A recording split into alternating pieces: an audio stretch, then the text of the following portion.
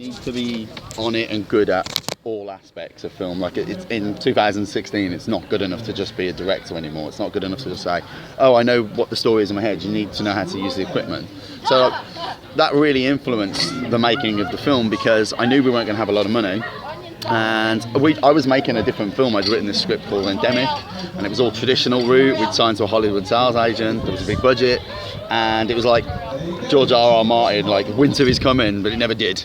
And I got really frustrated with that and felt that the industry as a whole needed a bit of a kick in the ass. At the independent level, I feel like we've kind of ended up with this, like, you know, the 1% and the 99%, where films are either uber expensive or uber dirt cheap, and that like cool middle ground 5mm, 10mm films we used to get, all what are now like our cult classics, have sort of vanished, been replaced with like Ouija, you know, a board game movie, you know, and it's like stuff that they feel is definitely going to make them profit, you know, because they're not willing to spend that 5mm anymore on a risk. Which means filmmakers like me at the real bottom end that would typically go off and make a gangster film, or hey, two guys wake up in a car park, need to look at ways to push those boundaries. So I started a company called Film Label, a marketing and distribution company. And the idea was to create a product that looked really expensive for not a lot of money and could find a big audience, and then try to bypass the system and almost get all the benefits that you would from being a studio release without actually being a studio release. That was 11 months ago. So 11 months ago I said, no problem, I'll go and write us something. I went and wrote Pandorica last May, so it didn't even exist this time last year. And that was out of frustration. And when I was writing it, I very much thought about the tech that was available to us that I thought we could utilise to maximise budget. And this camera, the Sony A7S, was there. And my original background is people call me the low light guy. You know, if you need something filmed in low light, go and get Tom Paton, he'll do that for you. So I was like, okay, let's put that into the movie. Let's build the film around it. So I set the whole thing at night, and we utilised this camera and shot an insane level of low light that no one ever does before. It was absolutely fantastic, the light. Well, we only had the dark scenes. We only had 2 lights on the whole movie. So the one light we had was a typical 5K powerful film light, but on a normal set you might end up with, you know, in a particular nighttime film, you'd end up with 20, 30 of those lights. We had one. And then the other aspect that you were talking about earlier with the fact that it felt like moonlight. The shadows were in the right area, yeah. So how we went about that was we used the big light to sort of backlight the forest, if you will. And then we had one LED panel, which wasn't very bright at all. And we normally in films you can get these big helium balloons, they're like $2,000 a day to hire. So we needed to figure out a way to do that for not $2,000 a day. And we bought 2 wedding balloons, you know, for the bride to walk around with. And they were like 30 quid each, and we filled them full of helium, and we basically tied it to the LED panel and bounced the light off the balloon. And what that did was give us this like portable moonlight, and it disperses across the set. It was absolutely fantastic. And then it was always just about making sure that the moon was going like, and we were, if you notice throughout the film, I kept trying to use the shots of the moon to almost tie the film together, so you felt like the night was crawling along, and it was about making sure that our directional moon felt like it was behaving like the moon as well. So a lot of thought went into 2 lights. There's been a lot of productions lately where they've just got the lighting so dark, you know, and it was quite nice to see the lighting in the right place and it to illuminate the right things. I think a lot of, we've all seen low budget film set at night where it's blatantly daylight and they've just gone, here's a blue filter, and it was important for me that it was like, this is dark. And I think because of how we shot it, I think it's kind of got this aesthetic that's all its own. Whether that will catch on or not, I don't know. I mean, I know that I'm already kind of in love with the way it looks, so my next movie takes a lot of lessons I learned from this one, like never play with fire on set. It's a continuity nightmare, and we'll be replacing that with LED suits and stuff. So the next film is like a Tron meets Running Man, all outdoors, with a similar sort of look that you saw today. But yeah, I'm all about technology, and I'm all about using it to democratise films. It sounds similar to what you're doing as what Neil Marshall did back in the early 2000s with Dog Soldiers. Yeah. Do you know, it's funny, literally nearly every review we've had, and I mean, for me, I came at this as a John Carpenter fan. Yeah. And for me it was, okay, let's do John Carpenter does Apocalypto. But nearly every review that's gone out is Tom Paton reminds us of Neil Marshall, and I find that, I mean, insanely flattering, because I think the guy's an incredible talent, but I don't think it was ever at the forefront of my mind, but I'll definitely take it. It's just, I mean, like how you're using like conventional, not conventional, but as in real world effects rather than CGI, which would be the easy and some would say cheaper route. We could have done the CGI route, and I think it would have been cheaper, truthfully, but for me it was about trying to capture that practicality of it, you know. It was nice to have it not CGI heavy. I mean, you watch so many things, it's got so much CGI, and sometimes it's not of the best quality. But yours was very natural. Yeah. And I think a bit of CGI would have detracted from what you were trying to go from. CGI to spoil the film. We tried a few scenes where we put in these like shots of the old world, like ruins and stuff, and don't get me wrong, they looked fine, you know. And then I just, in my head, I couldn't, and I felt really sorry for the VFX guys, you know, they spent weeks and weeks putting these shots together, but I couldn't lose the first version where they weren't there. And then it was almost like, well, let's settle into this groove. I mean, the film's set like, it's supposed to be generations after the world's been wiped out, and these people actively stay away from the old world. So the whole idea was, okay, well, let's only show sporadic parts of it and keep it away, and that'll help me develop the story later on. You know, perhaps we'll look at a third film where the old world is the point, and you know, we can explore that as a mythology, I guess, a little more. But I think from a budget perspective, we could have done it, but I think we would have ended up with that Sci-Fi Channel feel, and which again, I don't know, I like a good crap movie personally, but you know, I felt like it was important to just try to keep it as, you know, stripped and bare as possible, really. So given the success of Pandorica, is your next movie going to have a greater budget, and if so, what are you going to spend it on? You know what, it's a really good question. It's funny, I've had a few offers to do with people's scripts, because I wrote this one as well, and I mean, I didn't have very long to write it, and obviously I look at Pandorica, I wrote the whole thing in 3 weeks, so yeah, from start to finish, and you know, and then it was like, okay, it's finished, let's go into pre-production, which was probably bonkers. And I mean,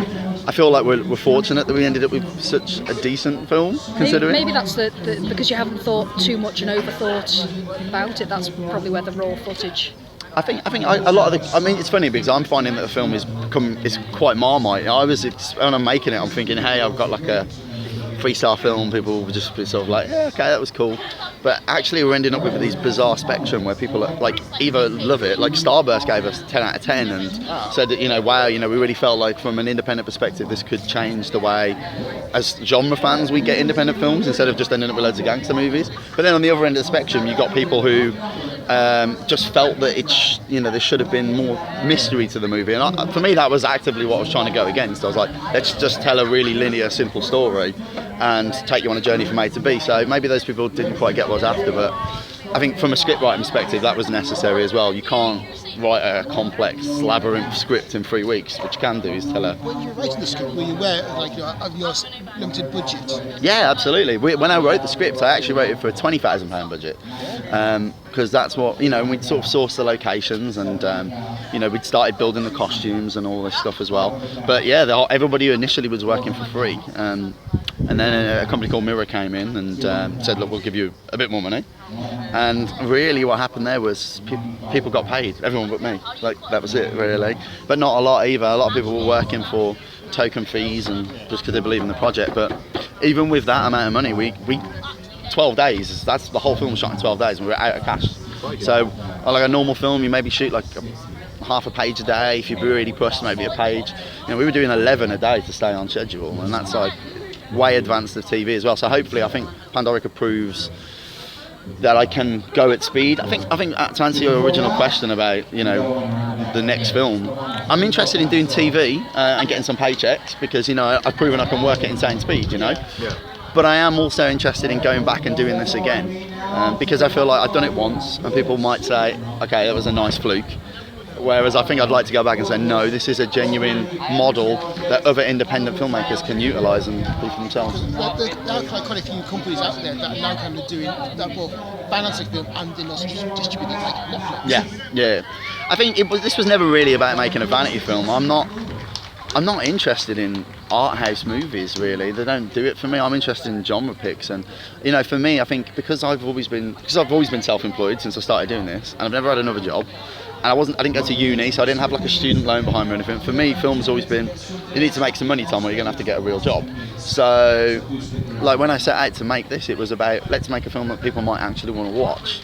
And I find it kind of insulting when somebody gets hold of 100 grand or 150 grand and they say, I'm gonna make my vanity art house film now. And it's like, what you're doing, mate, is you're taking an investor's money, making a film that an audience isn't going to want to see, and you might like it, but that investor will never get his money back, and you've just removed an investor from a board. Like, there was 2 guys that I just met in there that are studying at this university, really enthusiastic and passionate and really enthused about what they've just seen, because they were like, you can do that for that money. And I would really like to see people like that get the 100 going, you go and do it as well, rather than see it wasted on vanity stuff, you know. Because I think, you know, I like Kevin Smith. He makes vanity stuff now. He's in his 40s. He's made all his money. He's like, I spend my own money on vanity stuff. You know, he's not offending anyone. He's not taking investors off the table. And I mean, yeah, if you want to make films about German sausages that call up people's asses, fair play to you. You know, but he's doing it in his own time, and I respect that. And I think, you know, younger filmmakers that make vanity stuff should not for a little while, you know. So, yeah. I suppose the only slight criticism I had is I come from a background of costume-based stuff. I used to have my own little costume business on the side. We used to make stuff for reenactors, LARPers, and all sorts of small movies and that.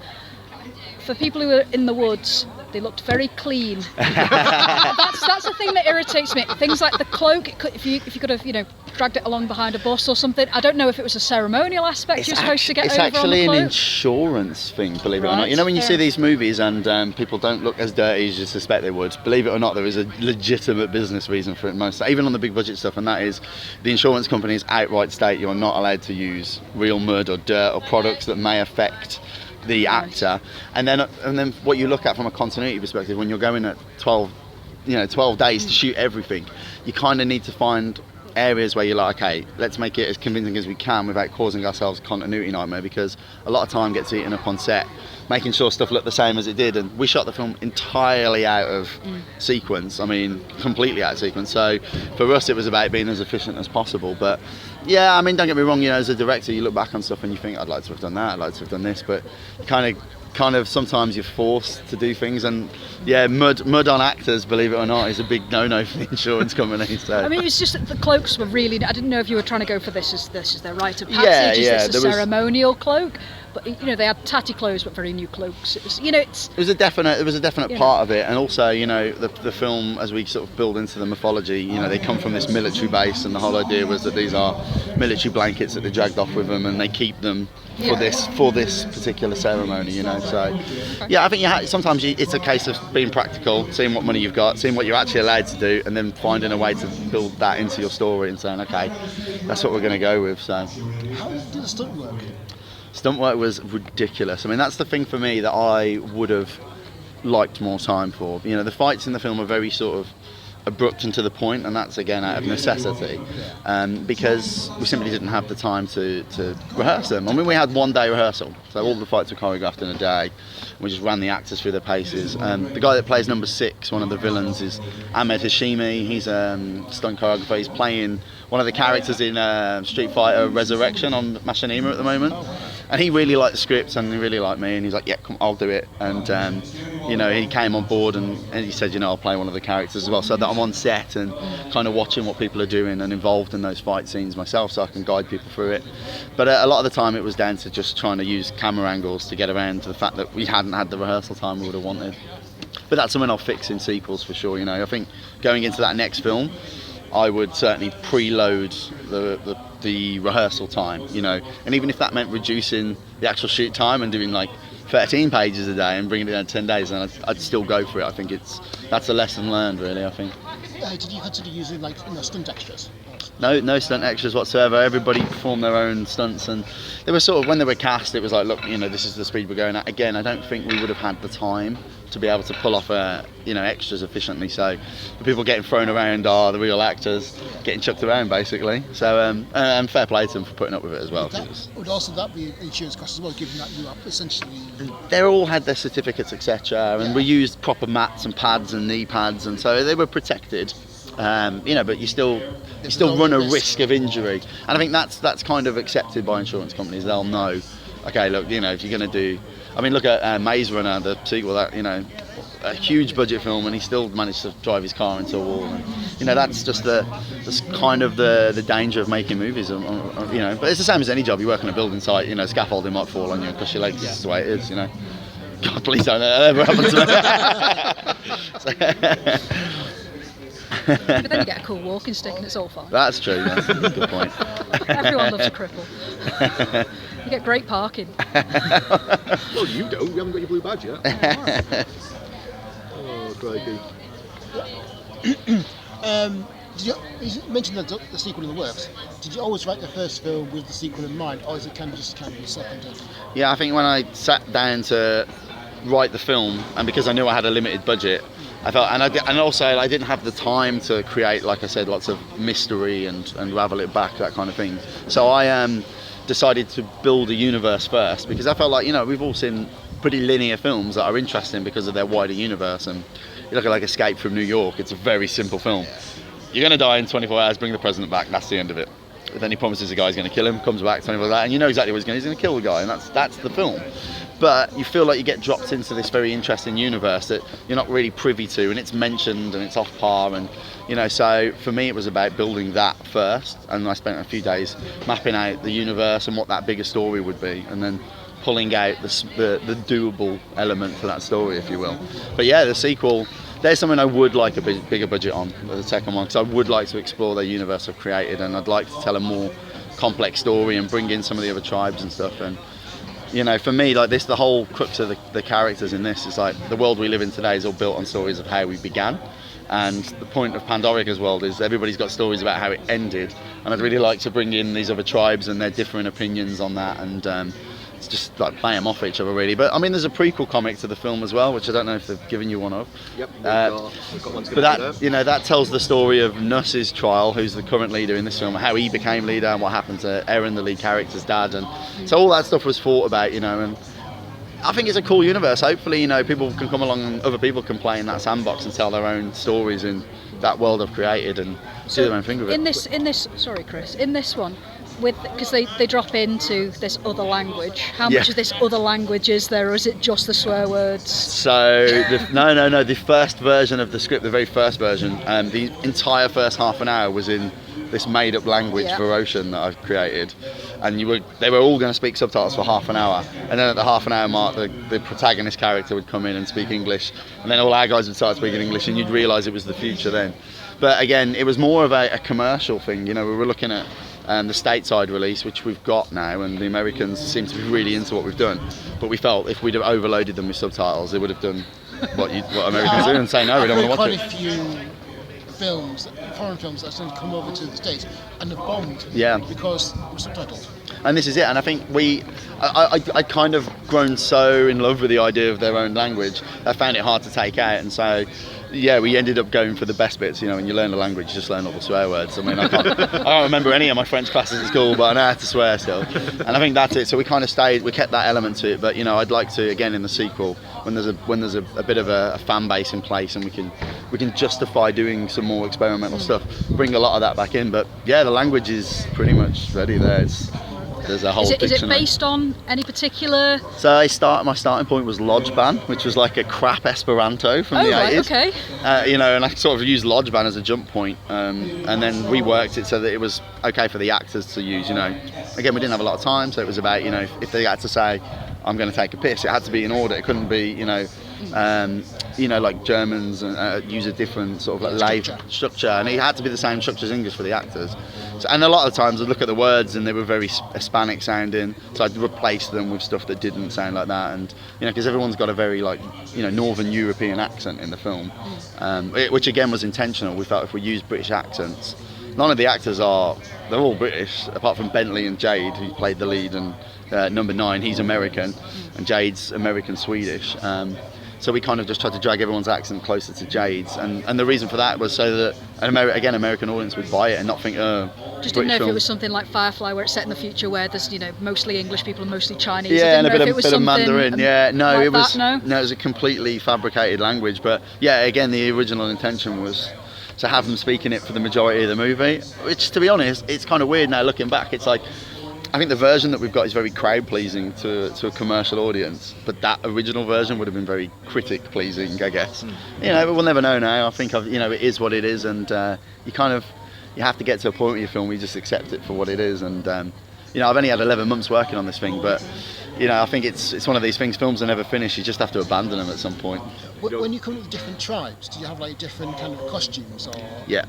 So again, I think the makeup was really important for me. I wanted to create something that I felt people would be like, okay, I can do that really simply and come to a cosplay thing myself. You know, like that was the intention behind the makeup designs. And yeah, and also I wanted this ability to keep changing it up and make it interesting, like keep reinventing the looks of the characters for sequels, and also you can bring in all these other tribes with their own culture and why they do it and so on. But in this film, all the characters have got 10 markings, and to represent the 10 trials they've been on to get to this point. But it's all sort of laid out in a way that is specific to the trial. But there's thought behind it. Again, it was about universe building without telling you that's what you were getting. Yeah. Was that kind of a continuity nightmare? Though? Yeah, oh yeah, completely. Trying to make sure the makeup was consistent. Huge. It was the only thing that we really were like, okay, look, let's make sure we get that right, because you know, we had a girl called Lisa Potter Dixon, who's the head makeup artist for Benefit Cosmetics, the makeup brand, and they're like one of my biggest clients on the side. You know, we make all their media for them, so it was great to have her involved, and she was just really on it. It was her first film, and she, you know, I think for her, she wanted to do something that she would, you know, be able to show people in tutorials for Halloween and stuff. Yeah. So you know, I think she did a great job, and I'm really pleased with how the characters look. It's funny. We showed at Sci-Fi Weekend on the Friday, and on the Saturday we decided to hang around because we weren't at MSCM Comic Con until the Sunday. So we just hung around, and we saw like 6 girls that put the hair and face paint on and were walking around the event, and I was like,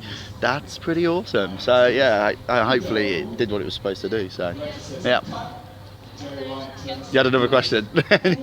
Oh yeah, mine was off on a tangent from before talking about sequels. I think your colleague said that you were going to be on Amazon and iTunes soon. Yeah. With regards to sequels and funding, would it ever appeal to you to go to somewhere like Amazon or Netflix Absolutely. to provide that funding? Yeah, totally. I mean, again, the whole point of the film label as a business model is we essentially co-opted the music industry model from like 2009. You know, these guys back then, they were like 3 people that were like, you know what, sod the way Sony do it, let's do our own industry. And she was there. Hey, you're right. Do you want me to sign that for you? Cool, it was really good. Yeah, did you like it? Yeah. Do you want me to make it out to anyone or just sign it? Yeah, Kelly. To Callie, how do you spell it? Kelly. K-E, yeah? Yeah, Lly. Lly.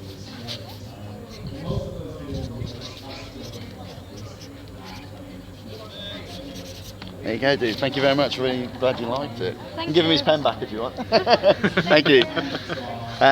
Yeah, it was. I would totally go that route, because, like I said, for me, it was about saying, okay, the music industry found a way to take people that were making music on their laptop at home and turn them into big hits by making these small, like, record labels. And I think the film label's point is to become like a small digital studio. And that to me means that you need to embrace things like Amazon and Netflix. You know, I would be just as happy to see my film on somebody's phone on a bus than I am on the big screen. And we were never intending to go to cinema, so the fact that we ran in as many cinemas as we did for 2 weeks straight, and we've got a US theatrical run, is proper crazy for me. I mean, it just shouldn't be. It just shouldn't be, you know. Given you're going for a digital release, what's your thoughts on the DRM aspect of it? What, you mean people stealing the movie? Yeah. Yeah. Do you know what? I think it's time for filmmakers to just get real. It's like you can't fight a wave of change, and this happened to the music industry again, and that's part of why the music industry adjusted its model to incorporate subscription-based services, and they also started to do smart things, which is what we'll be seeing when we come out on Amazon and iTunes and stuff. You'll see what we're doing is when you buy the movie, you get it for download, you get it for stream, and you also get a collector's vinyl DVD. So it's basically a DVD, but inside a 12-inch vinyl sleeve, and every vinyl sleeve is numbered like 1 of 1,000, 1 of 10,000. People love that, don't they? Yeah, and the idea is that, okay, yeah, you can go and pirate the film. That's fine, but at the same time, there is something in it for you as a consumer if you come and get it legit. But I think trying to fight that wave of change is impossible. You just can't, can you? So you almost have to accept it as part of your model and say, some people are going to steal it, but maybe they'll love it and really want that collector's vinyl, and that's why they'll come back and buy it. And I think it's given them a reason to, And I think Sky Store have kind of done something recently where they send you the DVD. I think that's awesome, because all of a sudden you think, yeah, all right, then I'll buy that. Whereas you wouldn't before, you'd wait for it to come out on Netflix or pirate it. The industry is not like that as well. Like they've got GOG.com and CDR, CD Projekt Red, and there's other stuff DRM free. Yeah. And also you can buy this and you get like wallpapers, Just use the soundtracks. Yeah, you need to give people a reason to want to buy your stuff, and the film industry I think it's got to a place where it's almost been okay for them to be super greedy. It's like, yeah, come to the cinema and pay 20 quid in central London to watch Avengers, and that's all you're getting. And you might end up sitting next to someone who just talks through the whole thing, but we don't really give a shit. You know, and then when it comes out on DVD, it's like, let's not adjust our DVD prices, and let's not give away the VOD and digital film. And like I said, that is definitely changing. If you look at Sky Store's model, and they've just done it with Episode 7, you know, you could get everything like all at once, and you can see Hollywood adjusting, and I think the independent market needs to do the same, and that's what we're doing. But when you download it, can't you only just play it through the Sky? Through the Sky app, exactly. Yeah. Whereas we're being a bit more open source of it and saying, look, have the download, which you'll probably put on Pirate Bay. That's probably what's going to happen. But you'll also get the stream, and if you really like the film, you're going to get this collect, and it's yours as well. It's your piece of the film. And I think if you look at Kickstarter and how successful Kickstarter has been, that's in a large amount down to people, film fans, owning a piece of the movie, right? So, you know, as a filmmaker, we're basically saying, look, you'll own a piece of this film, and we're not asking you to pay for it, we're just asking you to, you know, pay to watch it. That's a totally different scenario. And I think your vinyl sleeve will be yours. No one else has got number 7 or number 700, you know, that's yours. What you can do with the props from Pandorica? They're all in my spare room at the moment. I'm actually moving house in 6 weeks, so they're in a time to go category, I think. we did come up with an interesting suggestion for the next convention that you go to, though. Yeah. To kind of get the word out. You said, you've got the masks lying around. I do, yeah. Some people walking around with those masks on, black robe on. Yeah, do you know what? They're pretty damn cool masks. You know, they're actually made of like carved polystyrene that's been reinforced, but they look like wood. Yeah. So, but yeah, they're pretty damn cool things, man. And yeah, they're in my office at the moment. You know, my editing suite's full of Stormtrooper posters and Star Wars memorabilia. And then these like freaky masks, and it's slowly like I'm slowly starting to move Pandorica props in. You know, because I don't want to throw them out, and my wife's so ready for it to go. So like you know, for your next film, selling them or kind of offering them as a part of an incentive in Kickstarter. Yeah, I mean, again, it's possible. I think what I would be interested in doing for Kickstarter, and a part again for this film, I hope other filmmakers look at it not just as a movie but as a bible for them to be able to make a film. Like, what camera did you use? Why did you use it? You know, and being really open, we used 2 lights. This is how we did it. There's lots of behind the scenes stuff, and I think knowledge is a very good thing to give away, especially if you're going to do a Kickstarter. And I think for me as a filmmaker, you know, the Kickstarter incentives would be for other filmmakers. You know, put $5 in, and I'm going to show you how to do this, and you're going to get that. And I think that's an interesting thing to do with Kickstarter. But at the same time, I think, you know, we'll probably fund the next lot just like we funded this one privately, rather than asking fans to pay for it. We're just asking fans to engage with it and build them up that way. And it seems to be working at the moment, so yeah, it's good. I think one of the things you mentioned inside as well about how that you're happy for anybody to basically come along and take part in one of your shoots. And stuff. That's also a great incentive and a great way for people to get involved in. If you're not smoking, you make me inside. We're closing the garden down now. Yeah, of course. Yep. Cheers, thank you. Yeah, that's cool, man. I mean, yeah, why not? You should. You know, they're the next lot of filmmakers. I mean, either of those guys might be the next Tarantino. I just helped him out, and he's going to remember that. And I think that's important as well. So, 4:05, eh? Thank you very much for all your help today. Appreciate it. Take care. I would turn it off. I don't know how to operate those things. I hope you got some usable stuff in on. Oh, we will have done, yes. That's one way to get on.